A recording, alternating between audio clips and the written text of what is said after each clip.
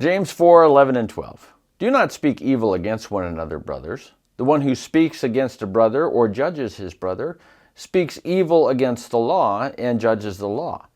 But if you judge the law, you are not a doer of the law, but a judge. There is only one lawgiver and judge, he who is able to save and to destroy. But who are you to judge your neighbor? Hi, my name is Greg, and I'm one of the pastors here at FBC Medford. Welcome to today's FBC EConnect.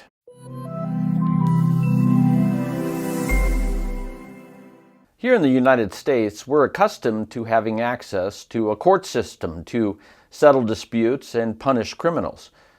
We all know the court system isn't perfect, but we can take for granted access to a civil and criminal justice system.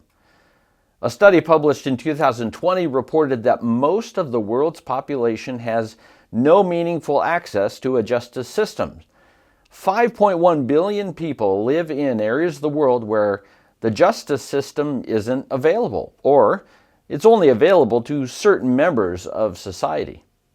As a result, there are 1.5 billion people who right now have land disputes, consumer disputes, or have been victims of crimes that have no means to have someone intervene on their behalf. There's no one to help. Nothing can be done. They simply have to move on with life.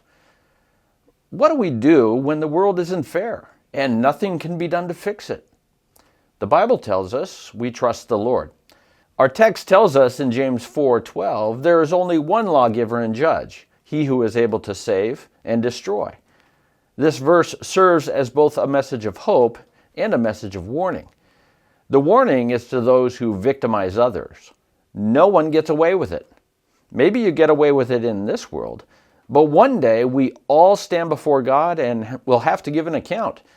To avoid judgment on that day, the only escape is to repent of your sin and fall on God's mercy provided through Jesus, who died on the cross and rose from the grave. The message of hope is similar. Trust God because no one gets away with it. Maybe they're going to get away with it in this world, but the people who have harmed you will one day stand before God in judgment. And on that day, either they will pay for their own crimes or Jesus will pay through his mercy and grace. But either way, justice will be done. I look forward to seeing you in church on Sunday. This week during our time in the Word, we'll look at James 4:11 and 12. We'll see you then.